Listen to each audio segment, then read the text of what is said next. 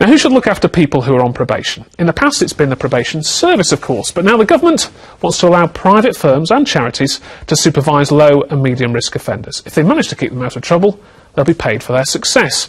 Now, it's the same model used in the government's work programme, but does it put public safety at risk? You don't want to take a backward step. If you've started a journey where you want to help yourself and maybe help your family, you've got to have somebody to talk to and somebody to point you in the right direction. Paul spent time in Durham prison after being charged with a fray. On release, he came back to Carlisle to try and start again. Well, Carlisle probation helped me secure somewhere to live. If you just come out cold, you just automatically fall back into the place you were before you went in. The government proposals would see the rehabilitation of people like Paul pass to private firms or charities. That's 70% of the cases dealt with by the Probation Trust in Cumbria at the moment, ranging from people who've repeatedly shoplifted to those who've been involved in domestic violence. The plans have been met with strong opposition from Cumbria's Police and Crime Commissioner. He stood as the Conservative candidate in the PCC elections. He's also the former chairman of the county's Probation Trust. When I stood for election in November, and in the preceding months, I was led to believe that I would be in charge of the commissioning of all services relating to criminal justice in Cumbria. This appears now not to be the case, because the government has said that it's going to commission services centrally. So I ask the question, how can I be held to account for criminal levels in Cumbria of a service which I have no part in the commissioning process? Richard Rhodes isn't the only commissioner with concerns. Vera Baird in Northumberland described the plans as dreadful overall. Ron Hogg in Durham says they're risky and flawed. Barry Coppinger, the commissioner in Cleveland, says the reforms pose a major risk to public safety. And in North Yorkshire, Julia Mulligan has worries about the payment by results element. It comes after Chris Grayling described PCCs as the glue in his rehabilitation revolution. So is the revolution about to come unstuck? I don't think that this is a scheme that will put local delivery at risk. This is a scheme that should bring best practice into local delivery and make sure that we are driving down those rates of reoffending. And I think people who are interested in getting reoffending down have nothing to fear from this.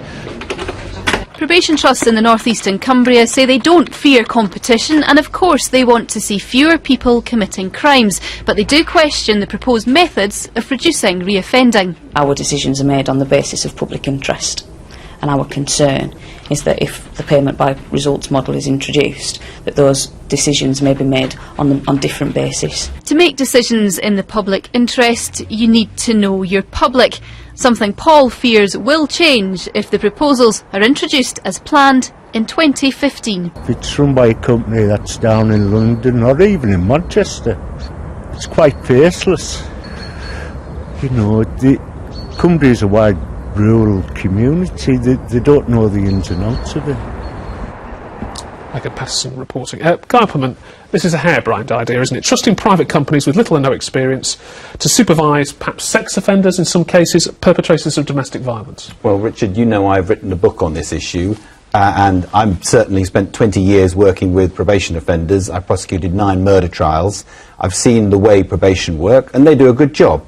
But to say that they can't have some competition from private... It's 70% of their cases, isn't it? Well, it's 7 out of 10 people who leave prison reoffend. If you think that's a good statistic, I don't. Now, just let me finish. You asked me the question. Well, I just want to pick up on a statistic, because that includes people who've been sentenced to less than a year, which probation don't have anything to do with. Yes, they do. It's That's down the whole to 35% for anybody who's been sentenced to more than a year. People who leave prison need mentoring. What they haven't got at the moment is mentoring. And the mentoring should be provided not just by probation, but by charities who are already working in the sector. The Shannon Trust do a great job, for example, providing literacy and the bridge between custody and then real life outside. There is great scope for this to be working, and you know, we talk about 2 years to work through the proposals. There's been a consultation, and as the probation service very fairly said on that, they don't fear competition.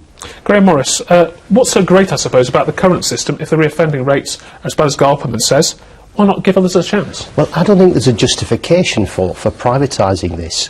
The probation service has won a national award. Indeed, the Minister presented the award to them and spoke in glowing terms about their performance, about the satisfaction of victims, about the reduction in the reoffending rates. But why can't somebody else do equally as well, if not better? I'll explain if you give me an opportunity.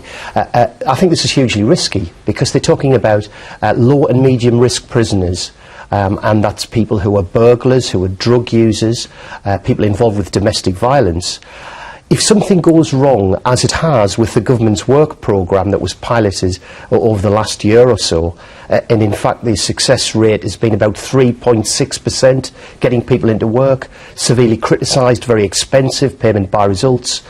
You know, it's unfortunate if someone can't find a job, but if it's in the justice system, it's rather more dangerous than that. We're running out of time. Answer that criticism. Payment by results, introduced by the Labour government. Doncaster Prison is the most successful payment by results prison in the country. We are merely extending what they pioneered, and frankly, they should be supporting it. Well, this is a Frankenstein's version of payment by results, and it's extremely risky in terms of public safety. They run prisons. That's exactly what they do. It's a very good thing. Guy Opperman, Graham Morris, thank you very much for that.